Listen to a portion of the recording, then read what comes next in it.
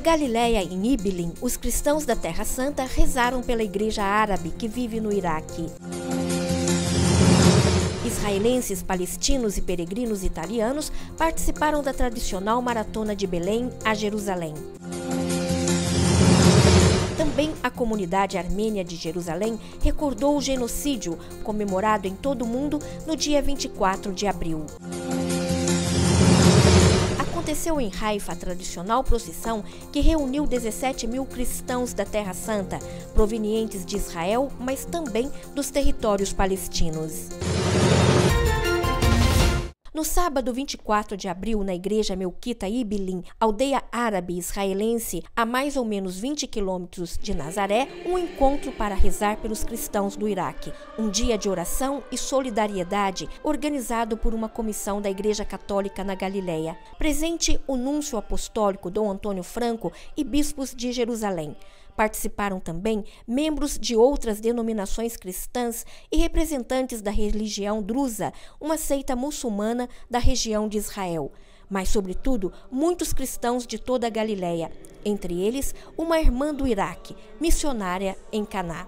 O encontro foi na igreja Melquita. Os gregos católicos na Galileia constituem a maioria dos cristãos, mas a celebração em que foi realizada uma coleta para os cristãos do Iraque foi no rito maronita e presidida por Monsenhor Paul Nabil Sayah. A homilia foi feita por Dom Elias Chacour, arcebispo melquita da Galileia. Nós, os cristãos da Terra Santa, rezamos por todos os cristãos no Iraque, que estão como os primeiros discípulos de Cristo, perseguidos e mortos por sua fé. São cada vez mais graves e cruéis as notícias que chegam do Iraque, onde os cristãos são discriminados, massacrados. Quando ouvimos falar de um menino de 12 anos que foi decapitado, dissemos: basta. O silêncio significa cumplicidade. Não se pode permanecer em silêncio. Cerca de 22 milhões de pessoas, os cristãos no Iraque são apenas 3% da população, cerca de 800 mil pessoas. Unidos pela mesma condição de minoria, mas acima de tudo pela mesma fé e pela mesma esperança. Olhando para a igreja árabe que vive no Iraque, a Igreja da Terra Santa quis rezar por aqueles que mais sofrem. Eles são brutalmente perseguidos, nós não. Nós somos apenas marginalizados. Somos cidadãos de segunda classe, não porque somos cristãos, mas porque nós somos palestinos. Nós não somos como eles, tão brutalmente perseguidos. A premiação não foi para os que chegaram primeiro, mas para aqueles que há 7 anos mantêm viva a chama da paz na Terra Santa. São os organizadores da edição 2010 dos Jogos João Paulo II, promovidos pela Ópera Romana, órgão do Vaticano que promove peregrinações, em parceria com o Centro Esportivo Italiano e o Ministério do Turismo israelense. Um encontro realmente fascinante. Cerca de 300 peregrinos italianos unidos a 50 israelenses e 100 palestinos na tradicional Maratona pela Paz, que parte anualmente de Belém e vai até Jerusalém, num espírito esportivo que não impõe limites de idade. Teve até quem oferecesse um sacrifício ainda maior: percorrer descalço cerca de 16 quilômetros do trajeto. O custódio da Terra Santa, padre Pier Batista Pizzaballa, disse estar muito feliz com o crescimento no número de participantes. Eventos de solidariedade como esse fazem crescer a consciência de que a paz é possível. Exatamente no posto militar que divide Israel e Palestina, os atletas pararam para participar de um ato pela unidade e a coexistência. A corrida foi até o Parque Arqueológico do Muro das Lamentações, com a apresentação de músicas típicas israelenses e os agradecimentos dos grandes entusiastas da maratona, como o Monsenhor Libério André e o pároco de Jerusalém, padre Ibrahim Faltas. Em comunicado, o Ministério do Turismo de Israel disse que a intenção era seguir o legado do Papa João Paulo II, que tanto promoveu a peregrinação à Terra Santa, a paz, a fraternidade e a cooperação entre as diferentes religiões. A meta dos organizadores para o ano que vem é que um grupo de Gaza consiga se deslocar a Jerusalém e se unir ao grande comboio pela paz.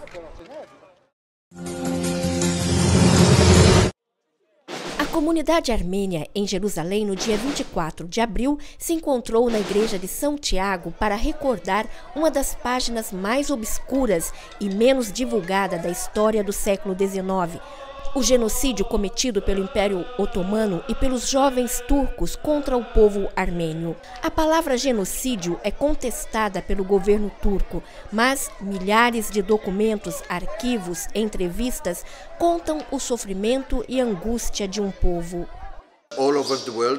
Estamos completando 95 anos do genocídio que ocorreu durante a Primeira Guerra Mundial em 1915.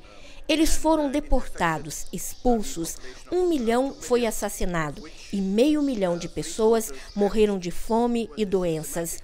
Felizmente, muitos países agora reconhecem o genocídio, como a Comunidade Europeia, as comissões da ONU e o Congresso americano. Crianças, jovens, adultos, uma geração para recordar, mas principalmente para orar juntos. Depois da oração na igreja, a procissão pelas ruas de Jerusalém até o cemitério. Hoje, a comunidade armênia na Terra Santa é de 5.000 pessoas, entre Israel e Palestina. Tristeza, comoção, mas também a gratidão daqueles que sobreviveram e contam o próprio testemunho. Na família do meu pai, 160 pessoas morreram. Sobreviveu ele e uma irmã. Meu pai estava no grupo que veio para Jerusalém.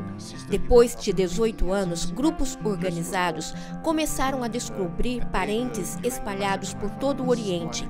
E por isso, o meu pai descobriu que sua irmã estava viva em Alepo, na Síria. Lá, ele conheceu e se casou com minha mãe.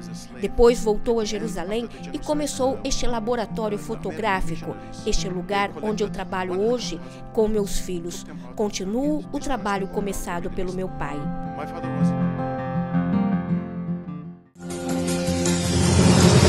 Juntamente com a procissão do Domingo de Ramos em Jerusalém, a procissão na cidade de Haifa é considerada a mais importante que ocorre na Terra Santa. Com a diferença que aqui não participam peregrinos, mas somente os cristãos locais. 17.000, o número fornecido pela polícia israelense. Eles são jovens, idosos, famílias e crianças de diferentes partes de Israel, mas também dos territórios palestinos. Entre os 15 grupos de escoteiros, um da cidade de Belém, como também cristãos de Bejala, Bet-Sarru e Jericó. A procissão teve origem em 1919, quando a estátua da Virgem Maria da igreja paroquial, onde foi guardada durante a guerra, foi transportada para o convento carmelita com uma procissão solene. Agora, a cada ano, durante o período da Páscoa, a procissão se repete. Começa na paróquia latina de São José. Percorre as principais ruas de Haifa, a cidade de Israel, que tem uma minoria de cristãos, 20.000 em uma população de cerca de 280.000 habitantes. Este é um dia de festa, um encontro popular, mas esta procissão ao Carmelo é também uma forte demonstração da devoção mariana que une os cristãos da Terra Santa. Para acompanhar a longa procissão dos fiéis, presentes autoridades eclesiais da Terra Santa. No final da procissão, a imagem de Nossa Senhora. Uma caminhada morro acima de cerca de 3 quilômetros por mais de 2 horas. Uma caminhada ao longo da estrada que segue lento na suave encosta do Monte Carmelo, a montanha considerada sagrada pelos textos bíblicos. A meta da longa procissão é o Santuário do Carmo de Estela Maris, onde muitos já esperavam. Uma alegria quase como aquela de um estádio para a Mãe de Deus. Em cenas inusitadas no mundo ocidental secularizado, mas aqui no Oriente Médio cristão, a fé é também assim. Eu não me senti cansado em carregar a imagem de Nossa Senhora. Ao contrário, senti uma força interior que eu não consigo explicar em palavras, porque é dela que me vem esta força. Termina assim a longa tarde em Haifa, onde os cristãos da Terra Santa com mais força invocaram a proteção e intercessão de Maria, Rainha do Carmelo, a Estela Maris, seguros de não ser decepcionados.